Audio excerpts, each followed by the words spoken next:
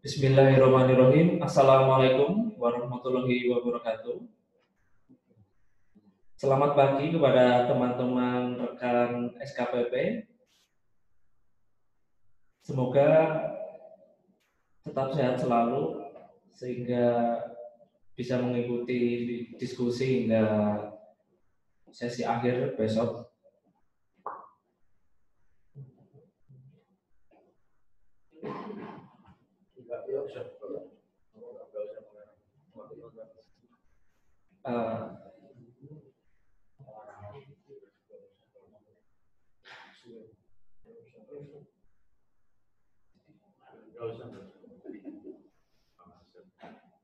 Sebelum mulai materi, saya ingatkan kembali diskusi hari ini yaitu diisi oleh Divisi Hukum, Humas, dan Data Informasi dengan Koordinator Divisi Bapak Asep Henry Habibullah. Untuk materi langsung saja Pak Asep.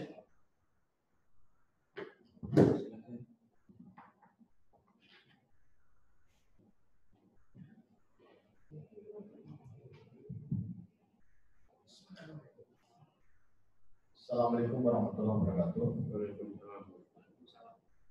Dan saya cintai dan saya banggakan rekan-rekan kader pengawasan sekolah kader pengawasan partisipatif. Alhamdulillah pada kesempatan kali ini saya bisa hadir secara virtual bersama dengan teman-teman dengan total jumlah yang hadir baru 16 orang. Memang alam ya. Awal ikut ratusan kemudian bergeser semakin sedikit. Rekan-rekan semuanya, materi kali ini mengenai tentang pendidikan pemilu dan penguatan demokrasi.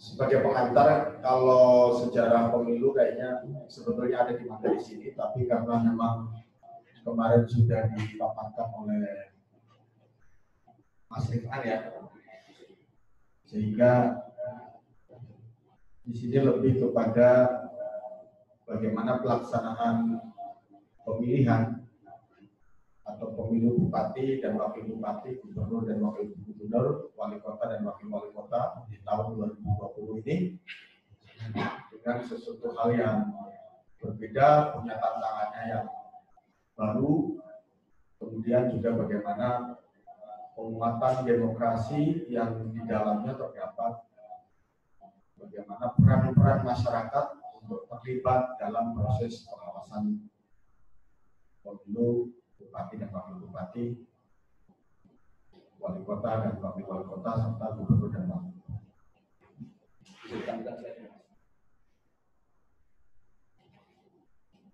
Lompati saja untuk sejarah pemilunya karena sudah dijelaskan. Paling tidak ini kalau sejarah pemilu yang berbagai pendapat pemilu yang paling demokratis itu tahun 1955 karena memang itu keterlibatannya tidak hanya partai politik tapi juga diikuti oleh organisasi masyarakat dan perorangan ya. Hingga kemudian secara berlanjut di tahun 1977 itu terdapat fusi partai yang tadinya banyak sekali kemudian diringkas menjadi 3 partai saja. Adik-adik atau teman-teman yang lahirnya tahun 80-an pasti sering lihat di TVRI ya, saat masa kampanye pemilu di situ terdapat 3 partai. Partai pertama adalah Partai Persatuan Pembangunan, yang kedua adalah Golongan Karya, yang ketiga adalah Partai PDI, Partai Komunis. Itu sebelum ketuanya Bu Mega ya, PDI-nya Suryadi waktu itu. Tapi saat itu memang Golkar tidak ingin disebut sebagai partai, makanya saat itu singkatannya masih Golongan Karya. Waktu itu memang keterlibatan birokrasi, terutama pegawai negeri sipil itu, karena dia adalah bukan partai, maka birokrasi bisa masuk golongan karya. Termasuk dulu bapak saya itu, karena dia PNS, maka wajib untuk menjadi tim ya. Saya masih ingat itu hadiahnya dikasih sepeda federal, itu sepeda dari bawah ya. Itu karena memang dulu terkesan tidak demokratis ya. Ada cerita juga, saya ketemu mantan PPK, mantan Panwascam yang dulu pernah menjadi, dan beberapa perangkat desa yang dulu pernah menjadi petugas KPPS, itu konon pemilu saat itu, saat usia 3 partai itu, coblosan belum dimulai, tapi jumlah perolehan sudah bisa diketahui. Ini dapatnya pemilu saat itu di Indonesia ya.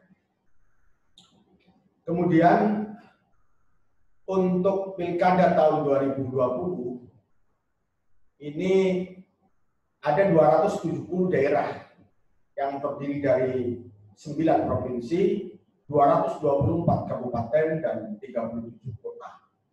Memang banyak sekali yang kabupaten ya. Dan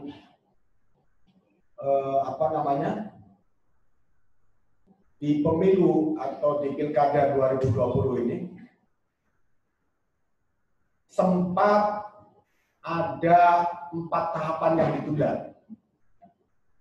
Pelantikan PPS, verifikasi dukungan calon perorangan, rekrutmen petugas coklit, dan pemudahan data pemilih. Ini karena memang kita diterpa oleh yang awalnya wabah kemudian menjadi pandemi, dan ini mendunia COVID-19 sehingga tahapannya ditunda.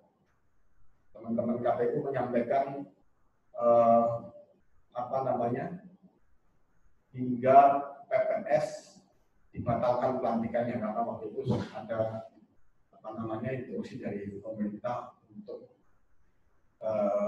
siaga pandemi ya. Awalnya pelaksanaan pilkada pandemi ini di 2020 ini melalui Perpu nomor 2 2020 yang pelaksananya di Perpu nomor 2 2020 itu serentak dilaksanakan di bulan September. Sempat tarik ulur karena situasi yang pandeminya semakin besar, data yang positif juga semakin naik, sehingga terjadi pembahasan yang kemudian dibahas kembali, disepakati antara pemerintah dan penyelenggara. Pelaksanaan pilkada bergeser di bulan Desember 2020 atau 9 Desember 2020.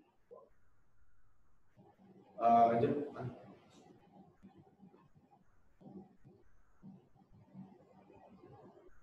Kenapa tetap dilaksanakan pilkada 2020? Jika kita melihat data pemilu di beberapa negara di dunia, memang ada 30 negara yang tetap dilaksanakan pelaksanaan pemilunya di tahun 2020.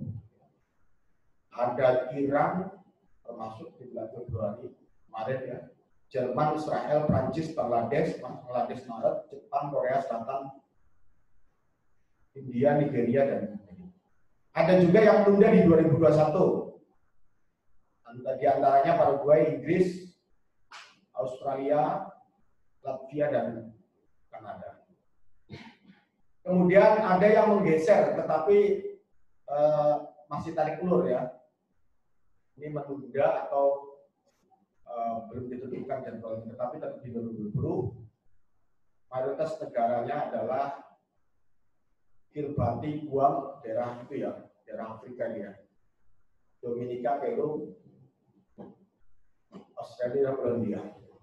Jadi dari catatan pelaksanaan pemilu di dunia memang paling banyak tetap dilaksanakan. Tentu melalui protokol pencegahan ya, protokol pencegahan COVID-19. Mengapa pilkada tahun 2020? Pertama dari sisi demokrasi adalah menjaga kelestarian demokrasi. Paling tidak periodisasinya itu continue ya, continue, karena ketika ditunda maka akan berpengaruh dalam berbagai dimensi ya. Termasuk nanti ada kekosongan kepala daerah, kemudian juga lain-lainnya termasuk penyelenggaraan dan penganggarannya. Mungkin berpikir kalau ditunda 2021 anggarannya sudah tersedot banyak untuk penanganan COVID, nanti malah 2021-nya nggak punya duit. Ini juga akan berpengaruh terhadap proses pelaksanaan pilkada. Karena bagaimanapun pilkada membutuhkan dana yang besar ya. Tata kelola pemerintahannya adalah efektivitas pemerintah, pejabat kepala daerah tidak memiliki kewenangan, kepegawaian, organisasi dan anggaran. Tentu efektivitas pemerintah seperti yang tadi disampaikan. Jadi tidak ada kekosongan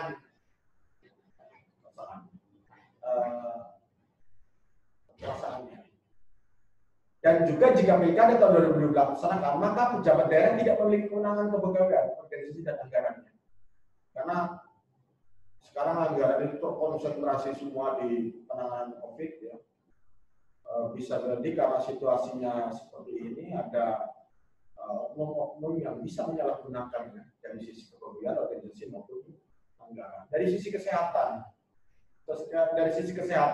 tentu pelaksanaan pilkada 2020 karena memang kita menghadapi pandemi ini menerapkan protokol kesehatan COVID-19. Dasar hukumnya tadi Perpu nomor 2 tahun 2020 ini perubahan dari 1 2015 dan berubah ke Desember 2020. Yang kedua dari alasan mengapa pilkada tahun 2020 dilaksanakan dari sisi demokrasi adalah amanah konstitusi. Amanah konstitusi karena jabatan kepala daerah sudah ditentukan jangka waktunya. Dari sisi tata kelola pemerintahan menghindari ketidakpastian permanen pandemi COVID. Dianggap ketika misalkan digeser tahun 2021, ini juga dianggap tidak pasti apakah pandemi ini selesai di tahun 2020. Jangan-jangan tentu doanya adalah secepat mungkin agar pandemi ini selesai. Tapi tidak ada yang bisa memastikan pandemi ini bakal selesai misalkan di tahun 2020. Sehingga ketidakpastian ini saya lihat ada beberapa komisi juga yang menyampaikan justru penundaan dan pelaksanaan kembali di tahun 2020 Desember 2020 alasannya adalah tentu karena pandemi juga, karena tidak menentunya kapan berakhirnya. Nah dari sisi kesehatan pemerintah sedang membuka kembali aktivitas masyarakat secara terbatas, new normal. Istilahnya new normal. Kalau masyarakat di desa tempat tinggal saya itu pasti nggak tahu new normal ya. Taunya aktivitas dibuka kembali, ya. Pagar-pagar kayu tiang-tiang yang dipasang-pasang di jalan sudah mulai dilonggarkan lagi.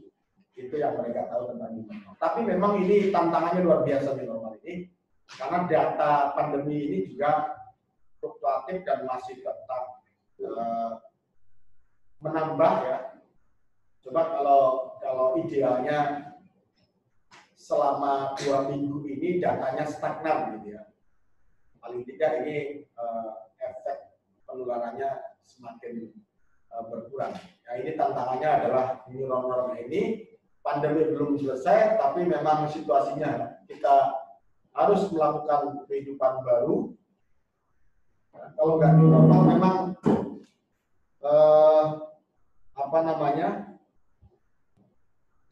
yang dilakukan pemerintah saya lihat ini persoalan ekonomi karena dana semuanya tersedot di penganggaran pandemi, sehingga kalau dibiarkan seperti ini maka negara bisa tidak punya uang. Nah, yang ketiga adalah alasan dari sisi demokrasi dapat menjadi promosi kemampuan Indonesia dalam mengelola demokrasi tengah pandemi. Ya ini tantangannya ya. Berhasil akan menjadi contoh, jika gagal ya akan banyak pihak yang dipersalahkan. Nah ini kan nanti akan dipersalahkan, gara-gara pandemi ini, gara-gara pilkada 2020 ini kok pandeminya, COVID-nya malah datanya semakin beragam naik. Ya, tantangan ini juga sangat begitu besar tantangannya ya. Misalkan di Arab Saudi ketika new normal, bahasa dalam tanda kutip new normal diberlakukan, ternyata dalam tempo waktu yang tidak lama data naik berapa puluh, yaitu kenaikan yang positif ya. Ini juga tantangannya sangat luar biasa. Dari sisi tata kelola, ujian kompetensi kepemimpinan kepala daerah apakah sukses mengelola pandemi COVID-19, bansos, transparansi, korupsi atau gagal. Nah ini juga dilihat dari tata kelola. Dari sisi kesehatan terdapat sejumlah aktivitas yang masih berjalan pada masa COVID-19. Data pembagian bansos. Bansos luar biasa sampai hari ini. Pemerintah menyampaikan informasi hingga Desember, diperpanjang ya. Kemudian sekolah juga, saya bersyukur kepada Menteri Pendidikan ini sekolahnya sampai Desember, karena memang kalau sekolah ini dibuka susah untuk membatasi atau mengontrol penularan ya, karena anak-anak itu tidak begitu titen ya terhadap protokol COVID-19 ini. Lanjut,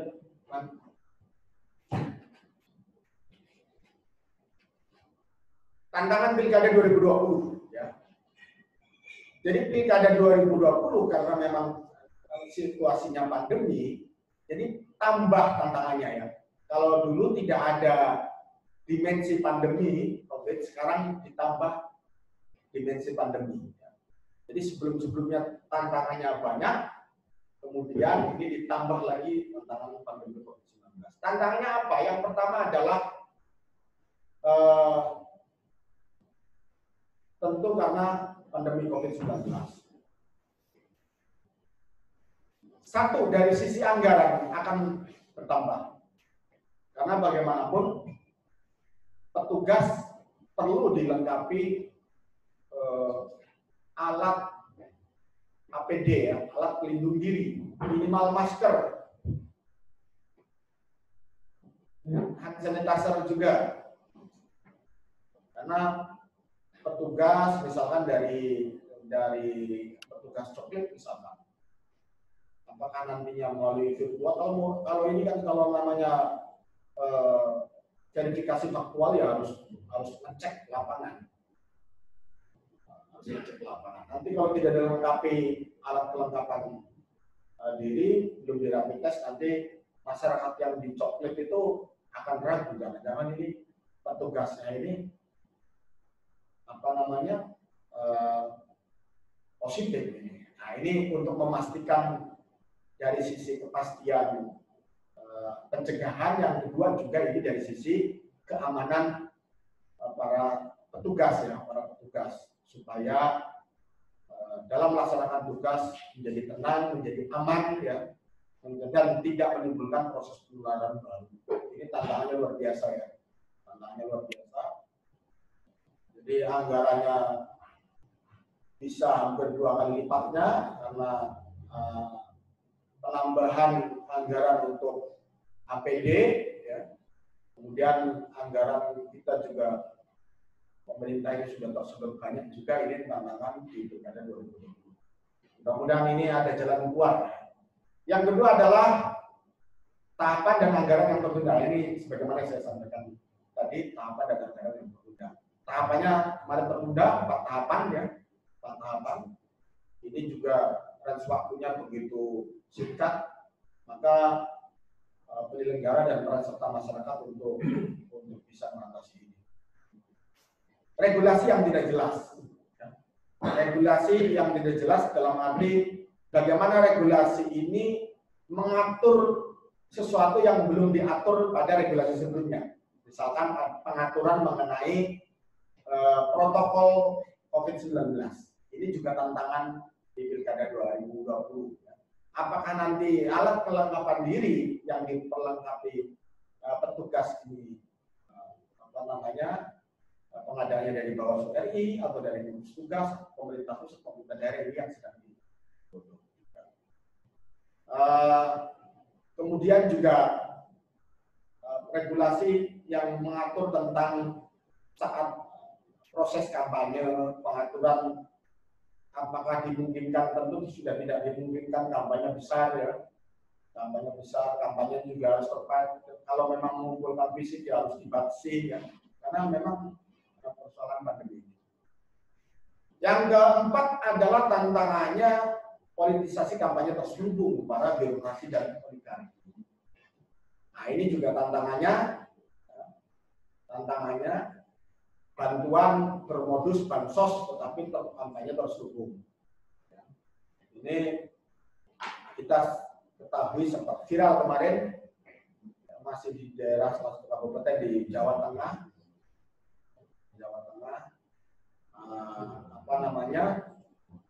sembako yang dilabeli oleh seorang pemimpin daerah.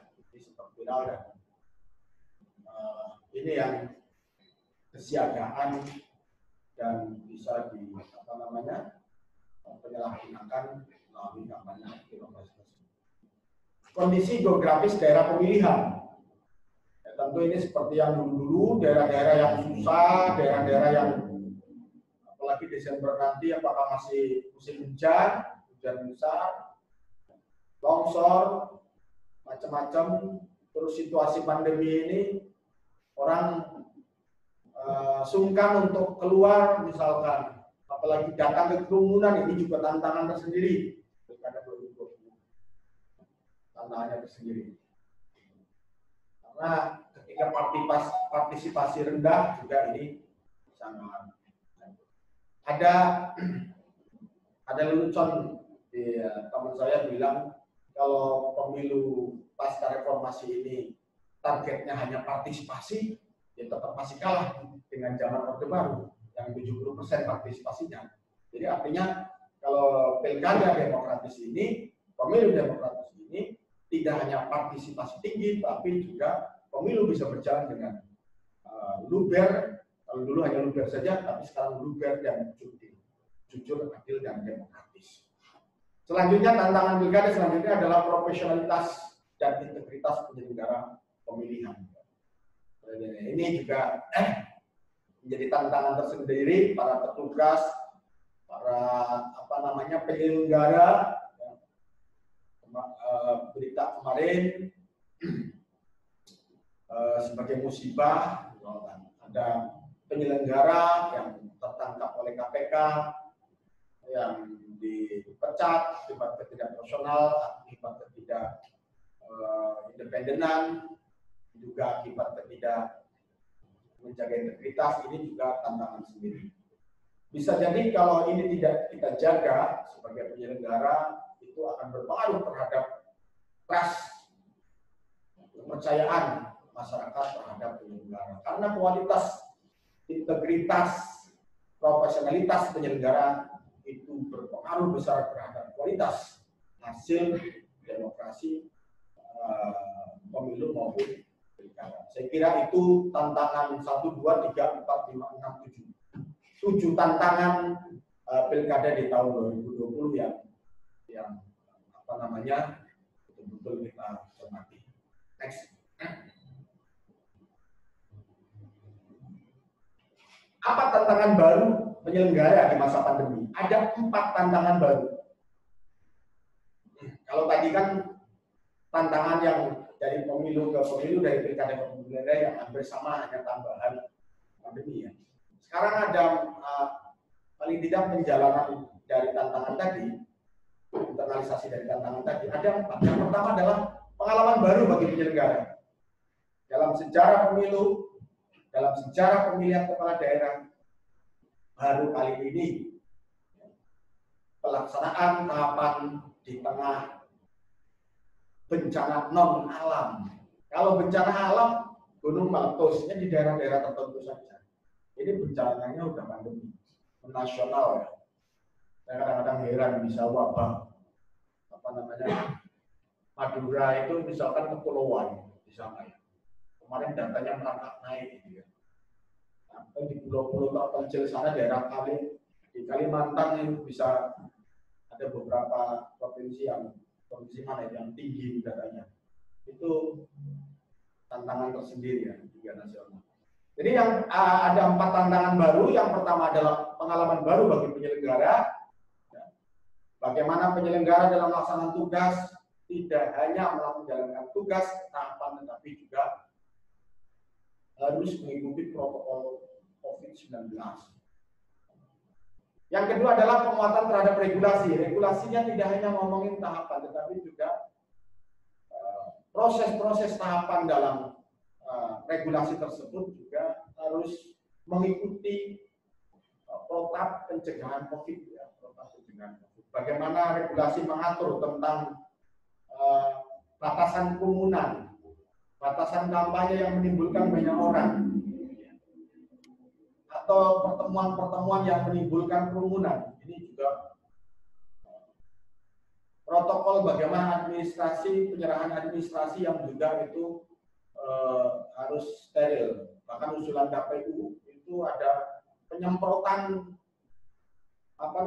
berkas. Jadi kalau berkas di ada calon independen misalkan ngumpulin KTP banyak, diserahkan itu dibungkus plastik steril, disemprot macam-macam. Nah ini tantangan kita terhadap regulasi tentang. Yang ketiga adalah menjalankan protokol kesehatan. Pakai masker, cuci tangan, jaga jarak. Itu saya bayangin petugas coklat misalkan mau data warga, paling tidak jaga jarak, physical distance itu ya minimal 1 meter ya, minimal 1 meter. Nah ini juga jangan-jangan ada rumah yang mau dicoklat karena parno sekali terhadap COVID-19, tidak suruh masuk misalkan, disuruh berdiri di pintu gerbang. Bisa saja terjadi, ini tantangannya. Nah, maka kepastian untuk bahwa petugas aman, petugas steril dari pandemi, steril dari ini juga menjadi tantangan kita sendiri. Selanjutnya yang keempat adalah peran serta masyarakat. Tentu suksesi pilkada 2020 dan kemudian pencegahan terhadap COVID-19 juga sangat dipengaruhi oleh peran serta masyarakat. Petugas misalkan sudah oke menggunakan protokol kesehatan, tapi masyarakatnya susah. Kerumunan-kerumunannya susah. Saya lihat aktivitas di ibu kota itu, di daerah Jalan Wahid Hasim itu ada satu kafe yang itu masa pandemi itu kumpulnya ramai sekali. Nah ini tantangannya, apalagi misalkan ini dimobilisir, karena pemilihan dimobilisir. Nah ini tantangannya adalah mengantisipasi kerumunan saat kampanye tim sukses terhadap masyarakat dan macam-macam itu juga tantangannya. Tentu koordinasi dengan berbagai pihak perlu dilakukan dengan petugas satgas ya, COVID juga perlu dilakukan. Nah ini peran serta masyarakat sangat penting sekali. Next. Oke, ini gambar ini masih September 2023 ya. September 23 September 2020 ya. Nomor 22 2020 masih perpu ya, sebelum hasil RDP kemarin. Oke, next. Hal yang penting dalam pilkada pandemi. Perhatian penuh pada keamanan, kesehatan semua pihak, masyarakat, penyelenggara, para pihak peserta, tim, macam-macam juga ini semuanya harus betul-betul memperhatikan aspek keamanan dan kesehatan semua pihak. Atmosfer politik yang kondusif ya, ini juga penting. Bagaimana suksesi pelaksanaan Pilkada 2020 itu atmosfernya harus kondusif ya. Kita sudah di tengah-tengah wabah ini, pandemi ini, jangan sampai ada atmosfer yang memecah belah semua pihak ya. Saya sendiri lihat data saja kalau merangkak naik terus itu udah awal-awal sudah parno sekali kayak mau runtuh dunia ini ke depan ini. Kemudian yang ketiga adalah logistik yang cukup dan tepat waktu. Nah ini juga tantangan ya. Beberapa daerah masih belum cair ini logistiknya. Sehingga kalau logistik belum terutama anggaran ketika belum pasti turunnya berapanya gitu kan, ini akan berpengaruh ya, akan berpengaruh terhadap honor penyelenggara, honor petugas, operasional penyelenggaraan tahapan, operasional pengawasan macam-macam ini juga akan. Kerangka hukum adaptif dan akuntabel, adaptif, menyesuaikan harus bisa beradaptasi dengan COVID ini. Jangan sampai regulasinya bisa menyebabkan menambahnya penularan. Nah ini juga harus akuntabel, bertanggung jawabkan, harus bisa bertanggung jawab. Next. Kemudian apa strategi Bawaslu? Ini kenapa tetap informasi pilkada ini saya sampaikan ke teman-teman peserta, karena praktek dari penyelenggaraan demokrasi langsung adalah pelaksanaan pemilu, pusat ya, presiden, DPD, DPR RI juga pelaksanaan kepala daerah. Prakteknya begini, pelaksanaan demokrasi. Strategi Bawaslu ada 4 strategi.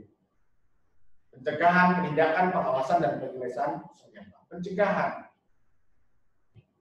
Pencegahan perlu dan tentu menjadi tugas penyelenggara, pengawas Bawaslu, karena pencegahan itu lebih efektif dan efisien dibanding penindakan. Ibaratnya pencegahan itu cukup 15 menit, pelanggaran tidak terjadi. Tetapi bukan berarti hanya pencegahan, tetap harus diawasi. Nah kalau dicegah udah nggak bisa, ya tetap dilakukan. Penyelesaian sengketa antar peserta, sengketa peserta dengan penyelenggara juga bisa terjadi. Misalkan ada persoalan sengketa terkait dengan peserta dukungan, ada calon independen, kekurangan data, tidak diloloskan oleh KPU, kemudian peserta ini menggugat. Nah ini Bawaslu memberi ruang untuk menjadi pengadilan adjudikasi untuk menyelesaikan sengketa. Penindakan dan pengawasan. Nah, regulasi untuk peraturan perbawaslu pengawasan ini sedang digodok ya. Kalau peraturan sebelumnya dasar hukum pengawasan itu dari mulai pelaksanaan pilkada sebelum-sebelumnya ya. Makanya ada perbawaslu dari 2017, 2018, 2019. Oke, next. Tujuan pengawasan pilkada. Pertama, memastikan terselenggaranya pemilu secara luber, jurdil, berkualitas sesuai peraturan perundang-undangan. Langsung, umum, bebas, rahasia. Dulu zaman Orde Baru saya masih kecil itu sering mendengar luber. Ini sekarang tambahin jurdil ya. Berkualitas, Benar-benar. Wujudnya pilkada yang jujur dan adil serta demokratis. Jujur, ya.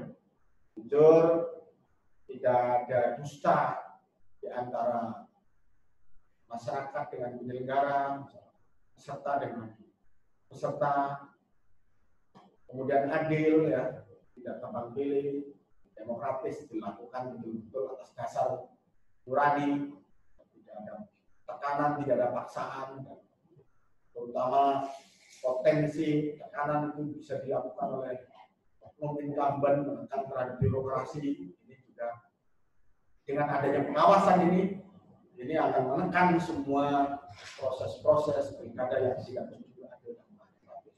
Yang ketiga, menegakkan integritas, kredibilitas penyelenggara, transparansi penyelenggara, akuntabilitas hasil pilkada. Tentu adanya pengawasan ini menegakkan integritas, kredibilitas penyelenggara, transparansi penyelenggara, akuntabilitas hasil pilkada. Kita bisa membayangkan jika pilkada, jika pemilu ini tidak ada pengawasan, maka apa yang terjadi? Akan terjadi ketidakadilan, akan terjadi ketidakdemokratisan, akan terjadi ketidakluberan. Bisa morat-marit nanti kalau tidak ada pengawasan. Nanti peserta yang kuat akan memangsa peserta yang lemah. Itu kalau tidak ada pengawasan. Jadi ingat cerita di salah satu, lihat video di salah satu YouTube, ya, ada cerita salah seorang pengguna lalu lintas itu dihadang, diberhentikan oleh petugas, ya, kepolisian, ditanya tentang kenapa Anda tidak menggunakan helm, ya, mana surat-suratnya, macam-macam dan sebagainya. Kemudian akhirnya kena tilang. Itu kemudian si pengendara itu pulang. Dia memimpikan bagaimana tidak adanya polisi di jalannya. Dan akhirnya terjadi kenyataan itu. Tidak ada polisi. Tiba-tiba terjadi ada ketidakberesan di lalu lintas. Ada yang tabrakan, kemudian ribut antara pengguna lalu lintasnya, akhirnya tawuran besar-besaran. Tapi tidak ada polisi. Karena tadi mimpinya tidak ada polisi. Ternyata akhirnya dia menyesal orang itu. Ternyata ngeri katanya kalau di jalan itu tidak ada aparat yang bisa memberikan keamanan dan keamanan. Oke, next. Nah, pusat pengawasan partisipatif. Rekan-rekan para kader pengawasan bisa terlibat, misalkan dalam proses pemilu nanti, ya, dalam proses pilkada nanti, khususnya di Banyumas, bisa menjadi bagian dari pengawasan partisipatif. Jadi Bawaslu memiliki program andalan tentang pusat pengawasan partisipasi. Apa saja sih? Siapa saja sih di dalam pusat pengawasan partisipatif itu? Nah, pusat pengawasan partisipatif itu adalah wadah kolaborasi. Wadah kolaborasi para pihak. Para pihak itu siapa? Warga, ada ormas yang independen, ada organisasi masyarakat yang independen.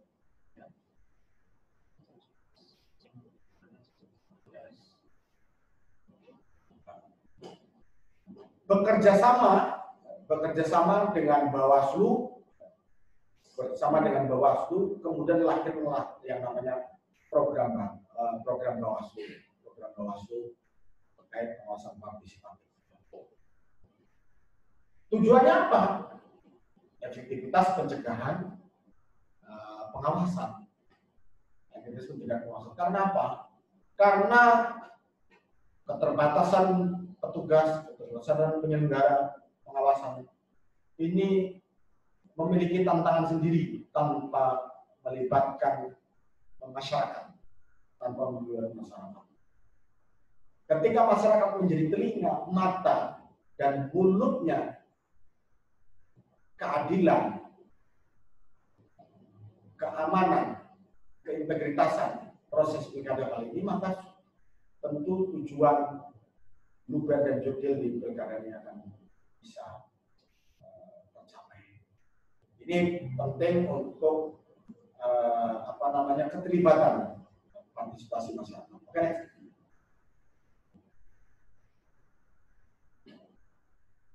Apa saja program yang sudah dimiliki oleh Bawaslu terkait dengan pengawasan partisipatif. Tujuannya Bawaslu memiliki program-program partisipatif yang paling utama adalah pencegahan kekuatan politik praktis. Pencegahan politik praktis. Apa itu?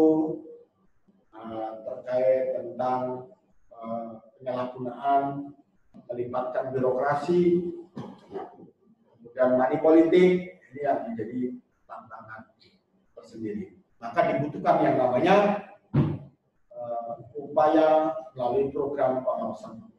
Apa saja yang sudah dimiliki oleh Bawaslu? Pertama adalah media sosial Bawaslu ya. Lengkap, Banyumas juga ada website, ada media sosial ya, Facebook, ada apa lagi, YouTube, Instagram, macam-macam kita gunakan betul untuk pengawasan partisipatif melalui virtual. Ada gerakan pengawasan partisipatif ya, ini gerakan yang melibatkan masyarakat ya. Yang ketiga adalah pojok pengawasan. Jadi Bawaslu melalui pojok pengawasan, di situ adalah ketika ada pelaporan dilayani di pojok pengawasan, ada penguatan demokrasi dan pemahaman kepemiluan di pojok pengawasan sebagai pusat informasinya. Ada forum warga. Banyumas sudah mencanangkan program desa pengawasan dan desa anti politik uang. Sebagai proyeknya ada 6 desa ya, jadi 3 desa anti politik uang dan 3 desa pengawasan. Ini juga bagian ikhtiar untuk memberikan edukasi terhadap masyarakat agar masyarakat tidak hanya aktif datang ke TPS, tetapi juga proaktif dalam keterlibatan menjadi bagian yang ikut mengawasi. Jadi bagian yang ikut mengawasi. Ini kalau tanpa peran masyarakat, melalui forum-forum warga, kalau ada pelanggaran, keterbatasan petugas yang nggak ketahuan. Tapi kalau ada keterlibatan warga melihat, minimal mencegah untuk dirinya sendiri, berani menolak politik uang, ini juga akan efektif terhadap tujuan dari pilkada yang jujur dan luber. Ada sakadiaksa, ini kalau bahasa saka ini di bahasa di pramuka ya. Zaman saya dulu waktu sekolah itu ada saka apa? Ada saka bayangkara, saka apalagi itu. Apalagi ini kalau zaman SMA itu saka apalagi itu. Pokoknya yang di hutan, yang di kesehatan, macam-macam. Nah ini sakadiaksa ini dilaunching sejak tahun 2018 di Bawaslu RI yang melibatkan kelompok pelajar untuk kelompok pramuka untuk digandeng oleh Bawaslu terlibat dalam menjadi bagian dari pengawasan partisipatif. Bisa melalui juga pengabdian masyarakat KKN ya. Banyumas ini sudah mencanangkan sebetulnya akan bekerja sama dengan kampus-kampus di Purwokerto ya. Kemarin sudah diniatkan, sudah diprogramkan kita mau bekerja sama dengan Universitas Jenderal Sudirman ya. Tetapi karena pandemi ya, ini akhirnya batal semua programnya itu. Kan nggak boleh ngumpulin kumpulan orang ya. Dan anggarannya juga tersedot untuk pandemi. Ada Bawaslu, ini aplikasi pengawasan. Teman-teman nanti saat pelaksanaan pemilu maupun pilkada bisa melaporkan melalui aplikasi. Ada, namanya aplikasi Bawaslu. Oke, next. Nah ini aplikasinya. Ya. Kalau nggak salah harus download dulu itu aplikasinya. Sebetulnya sih lebih kalau ada itu yang tidak download itu ya. Nah, tapi ini kan Bawaslu Kabupaten memang tidak memiliki kewenangan membuat aplikasi sendiri ya. Ini aplikasinya. Oke, next. Siapa yang mengawasi pemilu? Ini apa namanya kerangka yang apa namanya keterlibatan tadi, pengawasan partisipatif. Memang secara sisi hierarkis yang mengawasi ya petugas dan penyelenggara pengawasan. Dari mulai Bawaslu, anggota Bawaslu di tingkat pusat, hingga kabupaten, hingga petugas yang paling depan, yakni di pengawas TPS. Ini secara hierarkis. Tapi sebetulnya ini tidak cukup. Secara hakikat itu ya, karena memang pemilu ini, demokrasi ini, kedaulatan adalah di tangan rakyat. Kata demokrasi sendiri itu kan dari, oleh, dan untuk. Dari dan oleh. Kalau rekan dan senior saya Bang Saleh itu pernah di kuliah, pernah waktu itu kuliah hukum itu menanyakan ke salah satu profesor, di Indonesia ini tantangannya adalah dari dan olehnya sudah, untuknya ini yang masih menjadi tantangan tersendiri. Maka secara hierarkis itu tadi pengawas pemilu, secara hakikat adalah rakyat sebagai pelaku utama dalam. Rakyatlah yang sebetulnya harus menjadi terdepan untuk sama-sama mengawasi. Karena ketika rakyat terlibat aktif, maka suksesi penyelenggaraan, suksesi hasil, dan suksesi proses bisa terlaksana dengan baik. Lanjutkan. Nah, ketika pengawasan itu mengakar kuat, syaratnya apa? Yang pertama, jika Pilkada 2020 ini bukan untuk kepentingan sesaat. Tokoh siapa itu bilang? Jadi bedanya negarawan dengan politisi adalah kalau kecuali politisi yang menjadi negarawan, kira-kira begitu. Kalau politisi itu berpikir 5 tahun kemudian, 5 tahun kemudian perolehannya berapa, kursinya berapa, gitu. Tapi kalau negarawan berpikir masa depan, itu berpikirnya generasi. Maka pemilu hari ini, pilkada hari ini, dari Bali itu untuk menyelamatkan generasi masa depan. Karena estafet generasi itu akan berlangsung terus. Ya. Kalau hari ini umur kita sedang di tahun-tahun ini sedang diberikan amanah, ya, sedang menjabat perangkat, sedang menjabat camat, misalkan, tentu 10-20 tahun yang ke depan adalah generasi selanjutnya yang akan menggantikan. Dan kualitas pemilu dan pilkada ini itu berpengaruh terhadap masa depan. Dan tentu tidak menularkan kita generasi hari ini harus meninggalkan legasi yang baik untuk generasi yang akan datang. Yang kedua, pengawasan akan mengakar jika masyarakat berani melaporkan terjadi pelanggaran. Berani melapor, minimal menolak. Ojo pelayanan duitnya, gitu kan. Jadi ada salah satu tokoh nasional bilang masyarakat kita itu ketika program 5 tahun itu bisa lupa gara-gara 1 menit diberi uang 50.000. Ini yang tantangannya tersendiri. Yang ketiga adalah partisipasi, bukan hanya sudah nyoblos, tapi bagaimana mengawal suara yang sudah diberikan tidak disalahgunakan. Ini yang perlu sama-sama kita edukasi, kita jaga adalah rata-rata kita lihat pertarungan di media sosial setelah pemilihan kepala daerah itu pendukung itu masih di bawah-bawah kayak situasi masih pertarungan gitu, masih tahapan kampanye. Padahal pemilu atau pilkada itu sudah selesai.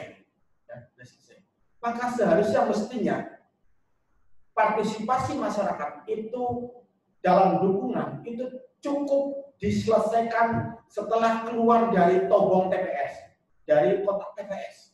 maka setelah keluar dari tempat pencoblosan, ya sudah, masyarakat kembali ke semula dan menjadi sama-sama ikut mengontrol, ikut mengawasi, ya, ikut mengawasi jalannya pemerintahan ini dengan baik. Jadi ada apa namanya istilah menyampaikan bahwa lebih bagus bagi sehatnya demokrasi itu adalah masyarakat yang kritis daripada masyarakat yang yang mengeluh-elukan. Karena mengeluh-elukan pemimpinnya itu akan menindakbobokan. Tetapi kalau kritis adalah bagian dari sehatnya demokrasi ini. Tentu kritis yang konstruktif, ya. Kritis yang konstruktif. Jadi tidak hoax, tapi menggunakan data yang valid. Yang selanjutnya adalah antusias untuk mengetahui rekam jejak calon yang akan dipilih. Nah, ini juga penting. Milih calon pemimpin itu bukan milih kacang panjang atau kacang kedelai di pasar, ya. Asal ambil, tapi harus melihat rekam jejak. Ini rekam jejaknya baik atau tidak, pengalaman sebelumnya bagaimana, kira-kira begitu. Jangan sampai misalkan memilih sudah jelas-jelas napi koruptor dipilih saja. Bukan berarti orang yang pernah hilaf itu selamanya buruk, ya, tidak. Tapi ini juga menjadi pertimbangan untuk melihat rekam jejak. Selanjutnya adalah menjadi pionir dalam sebuah gerakan Ayo Mengawasi. Program yang baik yang bisa terlaksana itu tidak hanya program birokratis ya dalam tanda kutip, tetapi menjadi sebuah gerakan gitu. Jadi program itu ketika menjadi gerakan itu akan lebih efektif karena di dalam hakikat gerakan itu ada partisipasi gitu. Partisipasi. Coba bayangkan kalau program itu menjadi gerakan, maka masyarakat itu berbondong-bondong merasa memiliki. Nah, ini penting. Pengawasan juga akan mengakar bila mana program pengawasan itu menjadi bagian dari gerakan Ayo Mengawasi. Oke, next. Kenapa masyarakat masih cukup berapa waktu nih?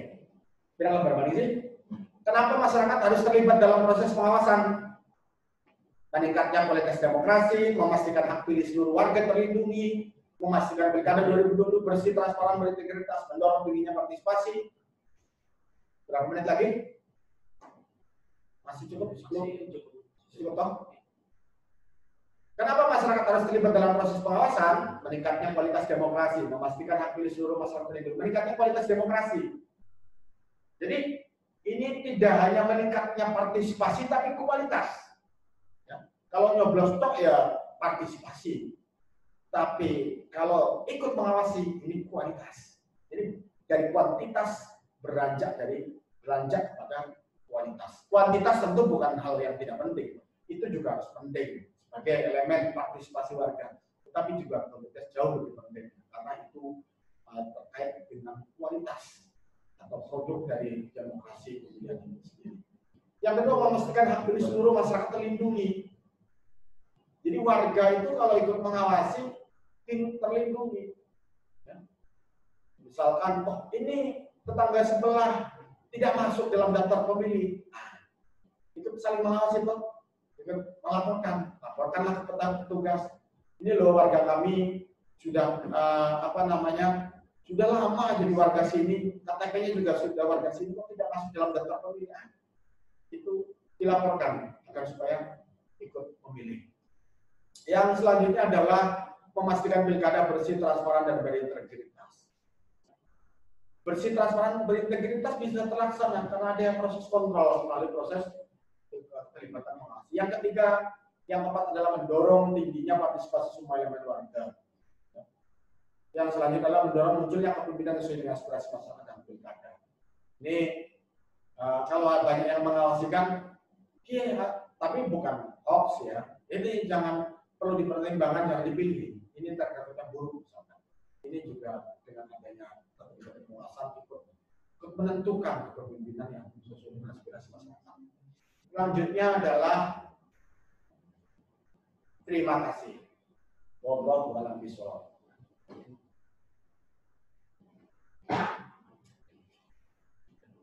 Oke.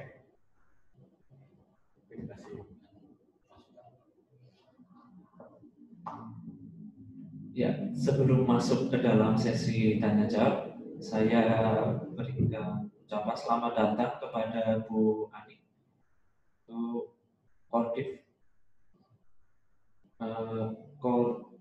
Koordinator Divisi Pengawasan Bawaslu Provinsi Jawa Tengah, dan juga Mas Dede, staf Bawaslu Provinsi Jawa Tengah.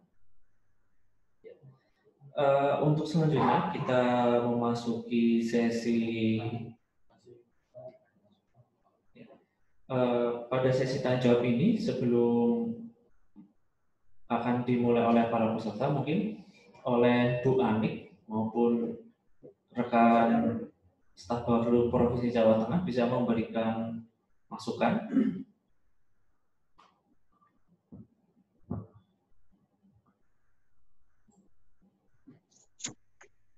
Lanjut dulu, enggak apa-apa Mas Moderator. Saya pantau-pantau ya.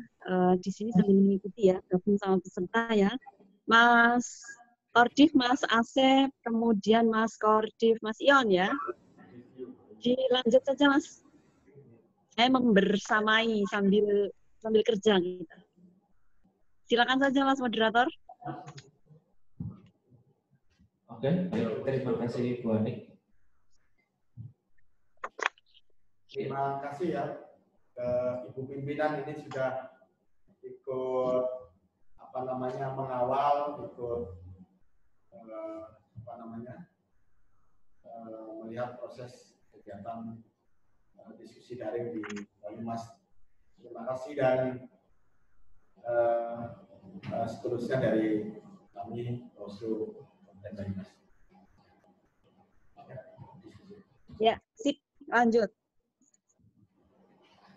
Ya, selanjutnya kepada rekan-rekan diskusi daring SKPP bisa memberikan pertanyaan baik melalui chat ataupun bertanya langsung. Seperti biasa, mengacungkan tangan terlebih dahulu. Nanti kemudian akan diajukan pertanyaan satu persatu dari rekan-rekan. Mungkin bisa saya review kembali tentang materi yang disampaikan oleh Bapak Asep. Dengan di tengah-tengah pandemi corona ini, tahapan pilkada ada yang ditunda. Tetapi terlepas dari itu semua, persiapan tetap dilanjutkan. Peran kita semua sebagai bagian dari pengawas pemilu itu memiliki peran yang cukup krusial. Karena apa?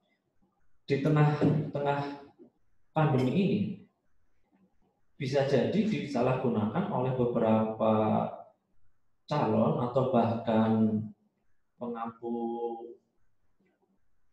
penguasa, dalam arti ini pemimpin daerah, untuk melakukan kampanye terselubung. Padahal di dalam pandemi ini yang lebih dibutuhkan itu adalah kesejahteraan rakyat, dan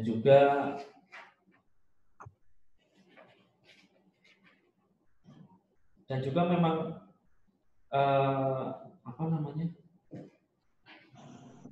bukan saatnya untuk saling mengajukan atau memperkenalkan diri melalui kampanye terselubung. Ya, mungkin dari rekan.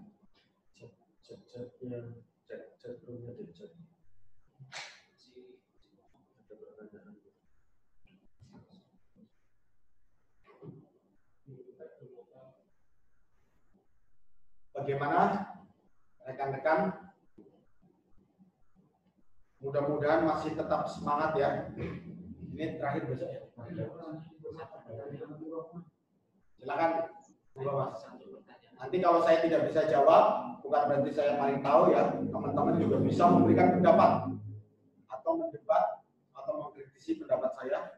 Ini apalagi kita bicara tentang pemilu demokratis ya, maksud diskusinya tidak demokratis kan lucu.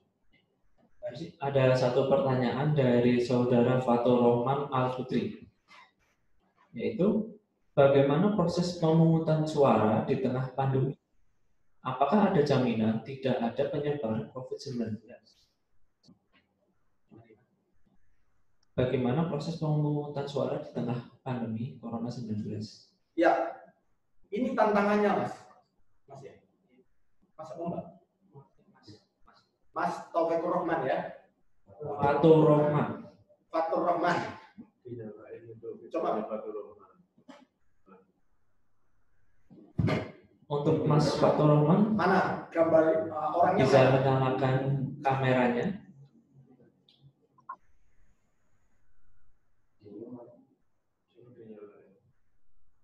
Oh, nggak ada ya di poster ya, anunya ya, nggak apa-apa. Justru memang tantangannya di sini, Mas. Jadi soal kepastian apakah pandemi ini bagian dari yang ikut menularkan atau tidak, maka tantangannya di sini, Mas. Ya. Siapa yang bertanggung jawab? Tentu semua pihak, terutama pemerintah daerah, ya, Satgas COVID, para penyelenggara, para peserta, yang secara keseluruhannya adalah saling menjaga, terutama misalkan dalam tahapan kampanye, misalkan calon harus melaksanakan proses kampanye itu mempertimbangkan aspek protokol atau pencegahan COVID-19. Sudah tahu kerumunan massa bisa berdampak buruk terhadap penularan, ya dicegah. Tidak melakukan mengumpulkan warga yang itu tidak memperhatikan orang pasaran misalkan datang ngumpulin orang ada 50 berjubel-jubel di situ, itu kan akan memberikan dampak penularan. Dari 50 orang itu tidak bisa dijamin semuanya negatif kan. Saya kadang berpikir jangan-jangan saya kalau di minimal di rapid test ini bisa positif juga gitu ya. Karena orang ada kriteria positif itu dia tanpa gejala ya. Orang tanpa gejala, OTG ya, orang tanpa gejala. Ini yang kemarin aja misalkan ada berita salah satu pimpinan kita Bawaslu RI itu positif tanpa gejala. Nah, kalau tanpa gejala itu kan terlihat sehat, oke, dia fisiknya kuat. Tapi kalau ketemu yang usianya 50 tahun ke atas, fisiknya lemah, tahu-tahu positif, bingung juga yang positif itu kemudian saya tertularnya dari siapa? Nah ini juga untuk sama-sama. Nah maka kepastian itu penting. Misalkan dari sisi pemerintah, bagaimana pemerintah mendorong dari mulai sisi anggaran untuk para petugas dalam melakukan proses pelaksanaan tahapan, baik pengawasan maupun pelaksanaan teknis di KPU itu juga dibekali oleh perlengkapan yang baik melalui protokol pencegahan COVID-19. Pakai masker, coklat kalau ini kalau saat melakukan kumpul-kumpul juga menggunakan masker, dibatasi pesertanya, kira-kira begitu. Kemudian juga ini perlu dukungan dari pemerintah dan pemerintah daerah. Yang kedua dari penyelenggara. Penyelenggara satu dibekali atau menggunakan tadi alat perlengkapan mulai masker, ya. Sebelum berangkat cuci tangan, selesai berangkat cuci tangan, makan misalkan tidak sembarangan menggunakan sendok dan garpu dari rumah ya bawa sendiri sendok garpunya, Artinya semuanya steril, dan ini sama-sama untuk mencegah. Saat pelaksanaan pemungutan suara ini juga jika pandemi ini belum selesai ya tentu mempertimbangkan aspek pencegahan tadi. Misalkan jarak petugas KPPS dengan keluarga ya kasih jarak. Nanti tidak ada kerumunan, ya. Mungkin ada pertimbangan misalkan diatur ini pesertanya biar tidak menumpuk. Tentu berkoordinasi juga dengan gugus tugas ya. Di situ artinya ikut mengawasi ya, jangan sampai ada proses-proses penularan. Artinya kalau memastikan Pilkada 2020 memastikan terbebas ini sekali lagi tantangan kita bersama. Tantangan kita bersama. Bisa terjadi nambah dan tidak itu juga tergantung kita bersama. Jadi karena kita tidak tahu memastikan ini pandemi ini selesai apa tidak di bulan Desember ini. Tentu doanya ya harus mudah-mudahan Tuhan memberikan keselamatan dan selesainya pandemi ini biar cepat selesai ya, biar pulih kembali, masyarakat bisa beraktivitas kembali ya, masyarakat bisa beraktivitas dengan normal kembali. Seperti itu Mas Taufik Roman. Pertanyaan selanjutnya dari Saudara Maulud Saiful Anam. Pertanyaannya yaitu berdasarkan pengalaman pada Pilkades di desa saya, mengapa Bawaslu tidak ikut mengawasi di Pilkades tersebut? Padahal di Pilkades pelanggaran sangatlah rawan dan keadaan benar-benar panas dalam persaingan. Pertama karena memang undang-undang tidak mengatur, Mas. Regulasinya itu tidak mengatur Bawaslu untuk mengawasi. Tapi kalau sebatas dimintai saran ya, tentu Bawaslu dengan berkenan hati ya memberikan saran. Saya pernah bincang-bincang dengan petugas. Jadi kalau Pilkades itu kan yang panitianya itu dimulai dari tim fasilitasi tingkat kecamatan ya. Perangkat kecamatan, Bangsa memberikan fasilitasi, kemudian menginstruksikan BPD ya. Karena saya dulu itu 2000 berapa ya? 2015 apa 2016 saya pernah menjadi panitia Pilkades, Mas.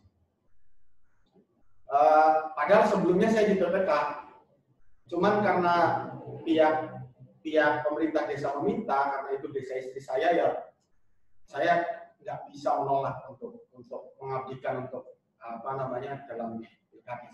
Kalau dilihat di materinya tidak terlalu banyak, tapi karena murni memang ingin mengabdikan. Nah dalam proses Pilkades itu, Mas, ini uniknya Pilkades itu, ya. Pertama panitia Pilkades itu saya tulis sedikit, nggak apa-apa lah ya pengalaman. Penganggaran atau budgeting itu, yang hingga teknisnya itu, yang bikin itu panitia Pilkades, Mas. Jadi kelebihannya itu dengan Bawaslu saja tidak bisa budgeting itu sampai harus minimal provinsi kan. Panitia Pilkades bisa buat. Jadi dari pemerintah daerah itu ngelontorin dalam bentuk gelondongan, kemudian nanti di kecil-kecilkannya itu oleh panitia Pilkades. Nah, bahkan pengawas Pilkades sendiri itu juga yang bikin anggarannya panitia Pilkades. Itu juga kan. Tapi memang pengalamannya begitu. Nah, jika terjadi money politik uang, memang regulasi di situ kalau tidak salah hanya mengatur hingga sampai pada apa bahasanya ya, rembukan itu, rembukan warga antara peserta dengan peserta atau peserta dengan penyelenggara. Jadi lebih ke mediasi gitu loh. Lebih mediasi. Saya tanya ketika ada terjadi money politik misalkan, laporinnya kemana? Laporinnya. Terus prosesnya bagaimana? Komisi ini yang di situ tidak tidak secara gamblang diatur. Nah, kenapa sekali lagi Bawaslu tidak terlibat dalam proses itu? Karena regulasi tidak mengatur itu. Regulasi pengawasan itu hanya mengatur bahwa Bawaslu bertugas mengawasi proses pemilu maupun pilkada saja. Yang pesertanya adalah bakal calon yang diusung partai politik dan pesertanya adalah partai politik. Nah, pilkades ini kan, Mas, pesertanya itu bukan partai politik, Mas. Bahkan logo-logonya juga kan kearifan lokal itu, ada gandul, ada padi, ada singkong, ya kan? Gambar-gambarnya suara kearifan lokal gitu. Jadi bukan gambarnya partai A, B, C, gitu ya. Sehingga itu. Kalau Bawaslu mengawasi pilkades ya regulasinya harus diatur. Misalkan dimasukkan dalam regulasi pilkada maupun pemilu ya. Kalau sekarang sih bahasanya pemilu semua. Nanti kita rancangan undang-undang pemilu itu sedang digodok ya. Nanti ada istilah pemilu nasional dan pemilu lokal. Nah, kalau diatur di sana, tapi kalau diatur masuk ke sana, nanti pilkades itu bisa jadi yang musuh adanya partai politik. Nah, ini juga ya itu istilahnya itu kan kearifan lokal ya. Itu lebih tua daripada pemilihan langsung kayak sekarang gitu. Bahkan bisa jadi pemilihan langsung ini mencontoh dari pelaksanaan pemilihan langsung pilkades.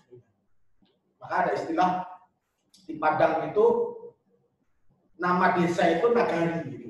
Jadi negara itu asalnya dari nagari, istilah Melayu. Itu kan penyebutan untuk desa. Jadi bisa jadi negara ini pemilihan langsungnya mencontoh dari pelaksanaan pilkades. Di desa di Padang itu desa itu namanya nagari. Jadi seperti itu, Mas. Terima kasih. Untuk pertanyaan selanjutnya dari Mas Aditya Arifin Syahputra.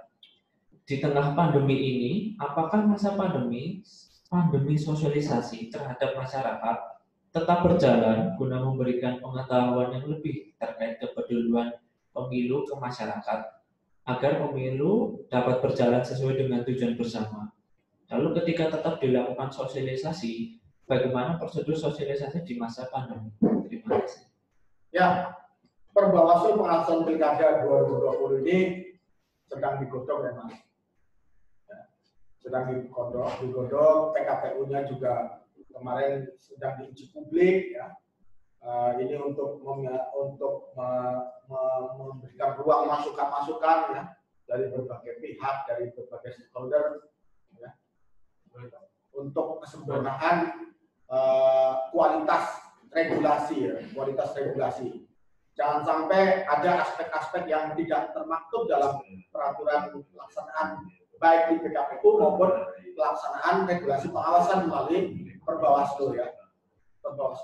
Tentu esensinya adalah bagaimana semua pelaksanaan itu memenuhi aspek protokol COVID-19. Ya. Memenuhi aspek. Draft rancangan yang diajukan KPU itu memasukkan tentang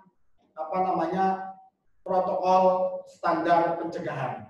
Misalkan draft PKPU yang usulannya KPU itu mencantumkan masuknya pertemuan tidak melebihi 20 orang. Posisinya physical distance, jaga jarak. Ya. Artinya semua kegiatan tahapan dan pelaksanaan pemilihan, pelaksanaan kampanye itu betul-betul mempertimbangkan aspek pencegahan penularan sesuai dengan protap COVID-19 ya. Pakai masker, cuci tangan. Tentu itu harapan kita dan regulasinya lagi digodok ya, Mas. Lagi mudah-mudahan dalam waktu dekat sudah bisa terbit ya. Tapi juga tergesa-gesa menerbitkan tanpa mempertimbangkan masukan juga ini akan berdampak kurang baik nantinya. Jadi tentu dari dialog seminar virtual kemarin, masukan-masukan, keinginan-keinginan dari penyelenggara ya, dari Bawaslu RI, dari KPU RI, dari pihak legislatif, pihak pemerintah, itu semuanya ingin mempertimbangkan dari sisi aspek protap COVID-19 itu. Menggunakan masker, cuci tangan, jaga jarak, kira-kira begitu Mas. Karena kalau tidak itu bisa bahaya sih ya. Tantangannya kan di situ. Untuk Mbak Fajrin Apik, tadi katanya mau mengajukan pertanyaan. Tidak ada yang bisa ngomong langsung ya. Bagaimana? Oke Pak, bisa ditanyakan secara langsung. Mic-nya sudah dinyalakan. Baik, terima kasih. Apakah suara saya terdengar?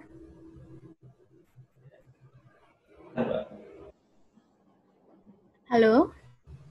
Ya, sudah terdengar Mbak. Oh iya, baik, terima kasih. Mungkin pertanyaan saya masih berkaitan dengan pertanyaan yang pertama mengenai pemungutan suara.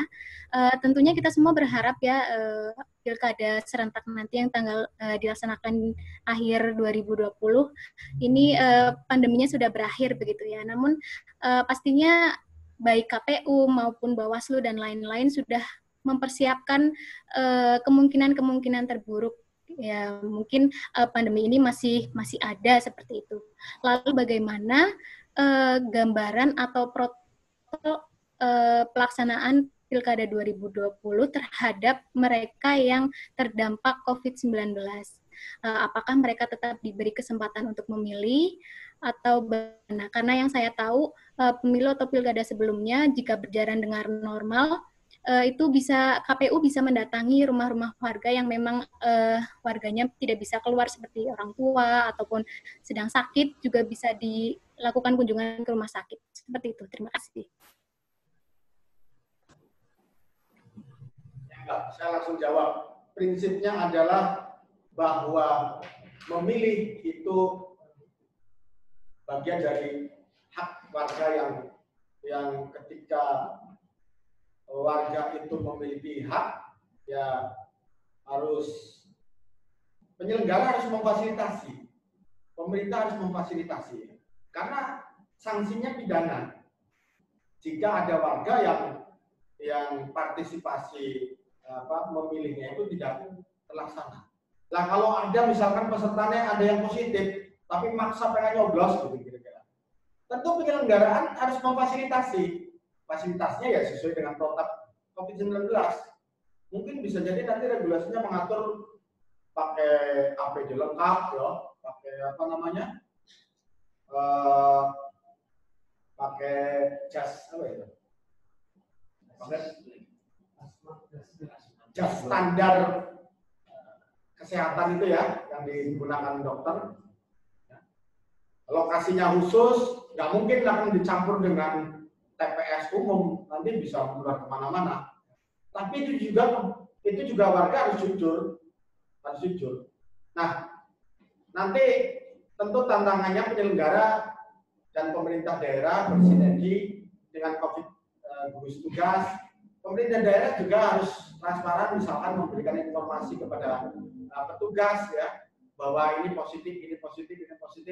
Jangan sampai misalkan pas coblosan warga di sekolah jujur gitu kan, tidak diberikan akses data.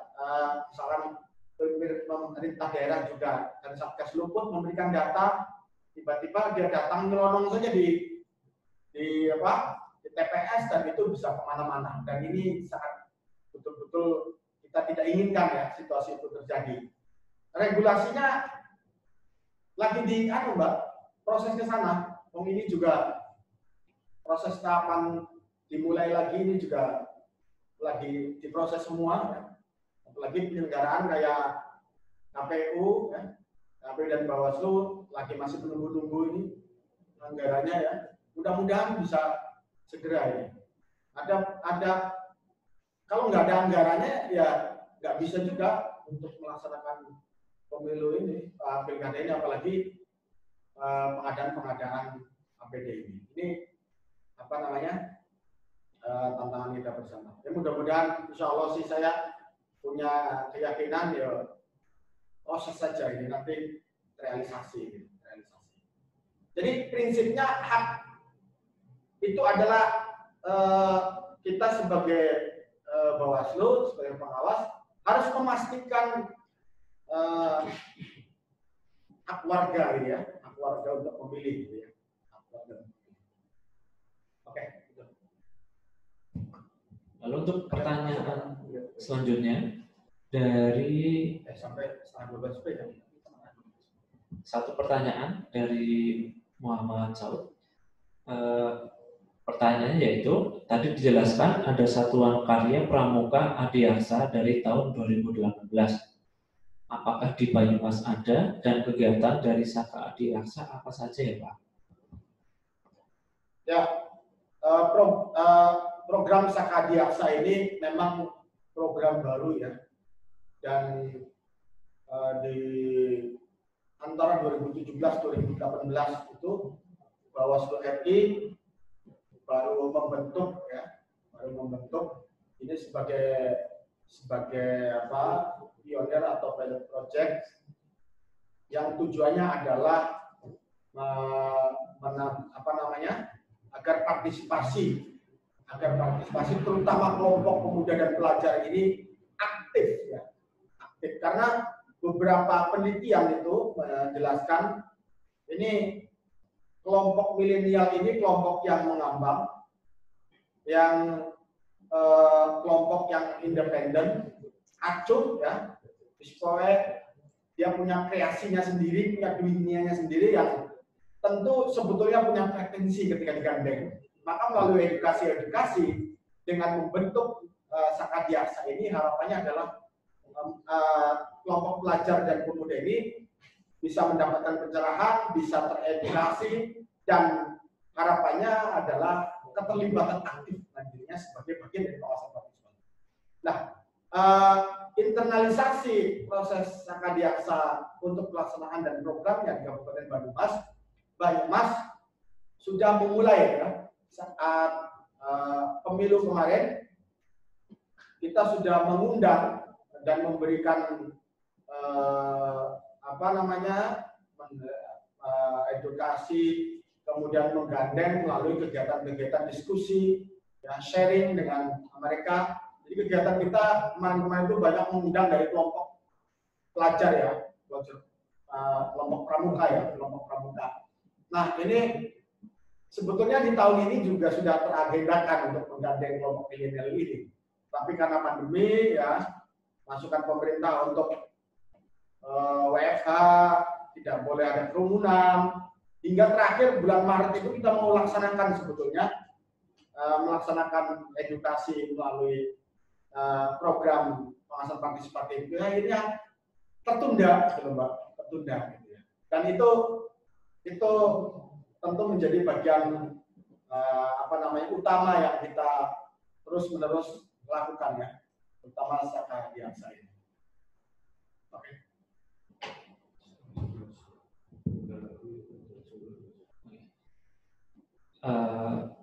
Terima kasih atas diskusi dan juga pertanyaan dari rekan-rekan ajukan. Dan berhubung ini waktu sudah menunjukkan pukul 11.26 yang sebentar lagi akan azan zuhur. Moderator mengucapkan terima kasih. Ya, saya ikut bangga dengan rekan-rekan ya sekolah kader pengawasan bahwa diskusi ini sesuatu hal yang tentu tidak cuma-cuma, tidak ada, tentu ini sangat berguna, sangat sesuatu yang baik karena ini juga bagian dari internalisasi pengawasan partisipatif.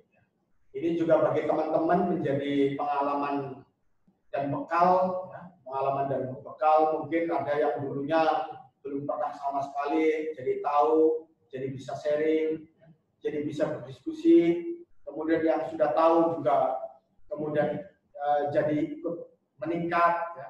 Dan juga jika ke depan teman-teman memiliki minat yang tinggi ya, kecintaan terhadap demokrasi, terhadap pemilu, dan kecintaan ingin melibatkan diri, bisa terlibat gitu ya, bisa terlibat, bisa berkarir juga.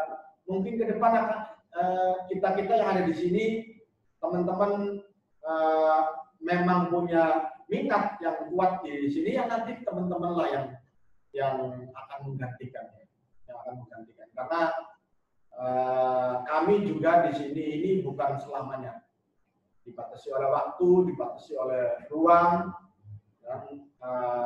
dan ini juga hanya sebatas titipan, sebentar saja. Jadi terima kasih rekan-rekan atas walaupun suasananya pandemi ini, ternyata saya sebetulnya ingin bikin status di Facebook tapi nggak jadi. Hikmah pandemi ini ternyata tidak hanya dampak tidak bagus, tetapi juga dampak yang baiknya ada. Salah satunya adalah produktivitas. Jadi diskusi, saya sehari itu kemarin itu bisa 3 lokasi itu. Itu kalau praktek itu ada satu di Gorontalo, satu di Jakarta, satunya lagi di Semarang. Tapi karena ada hikmah dari pandemi ini, sehingga diskusi bisa dilakukan melalui virtual dalam waktu yang sama, itu bisa tiga-tiganya bisa dilakukan. Ini efektif dan efisien ya. Tidak perlu mengeluarkan biayanya berpakaian data. Saya kira itu saja. Terima kasih semuanya. Mohon amat segerahan. Bila terjadi, assalamualaikum warahmatullahi wabarakatuh. Mungkin Mas Yon closing. Ya, terima kasih Pak Asep. Kalau rekan-rekan semua ini mungkin baru pertama ya, tetapi saya pikir banyak hal, informasi, materi, pengalaman yang dibagikan oleh Pak Asep.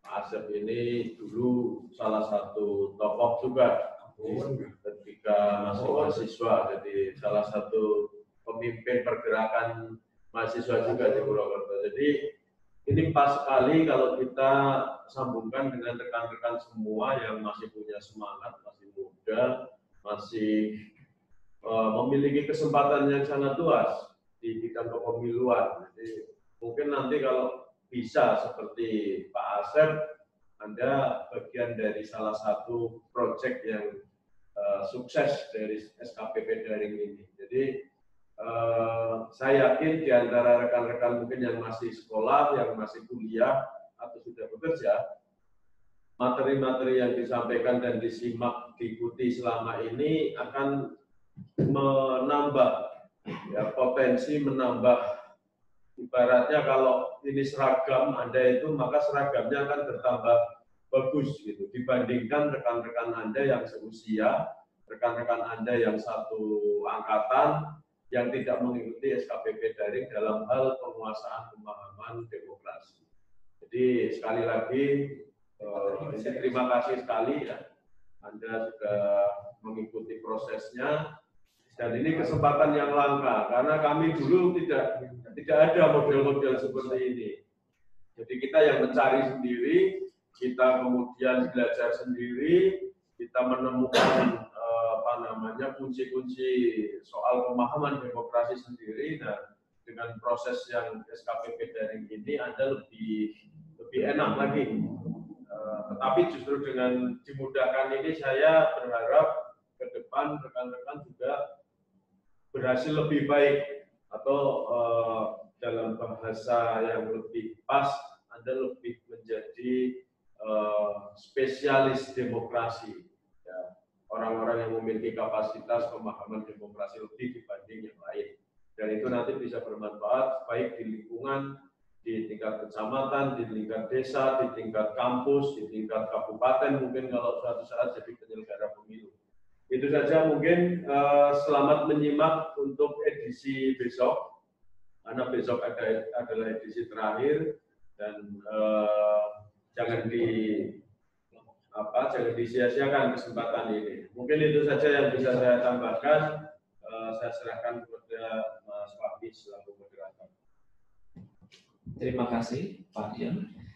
Sebelum kita akhiri, rekan-rekan peserta supaya menyalakan videonya, kita berfoto terlebih dahulu seperti biasa.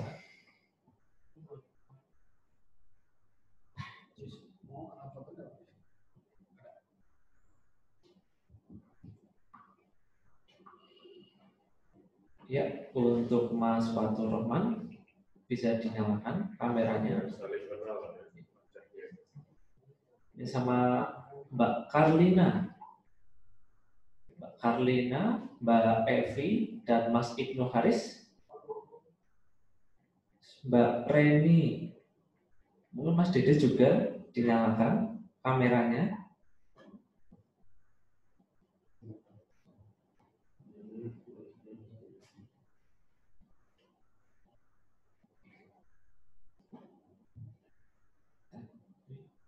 Oke. Ya. Mohon ditunggu.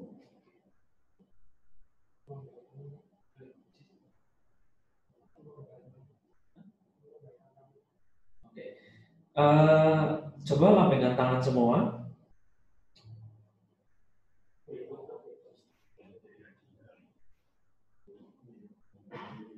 Hai.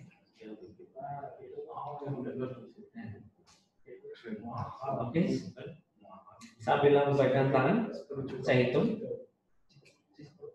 Oke, siap. 1, 2, 3. Bagaimana? Sekali lagi. Sambil lambaikan tangan. 1, 2, 3. Oke, sudah. Terima kasih kawan-kawan semua. Lanjut ke yang tadi, Bang. Terima kasih rekan-rekan. Tetap jaga kesehatan Nanti Pak ya, supaya bisa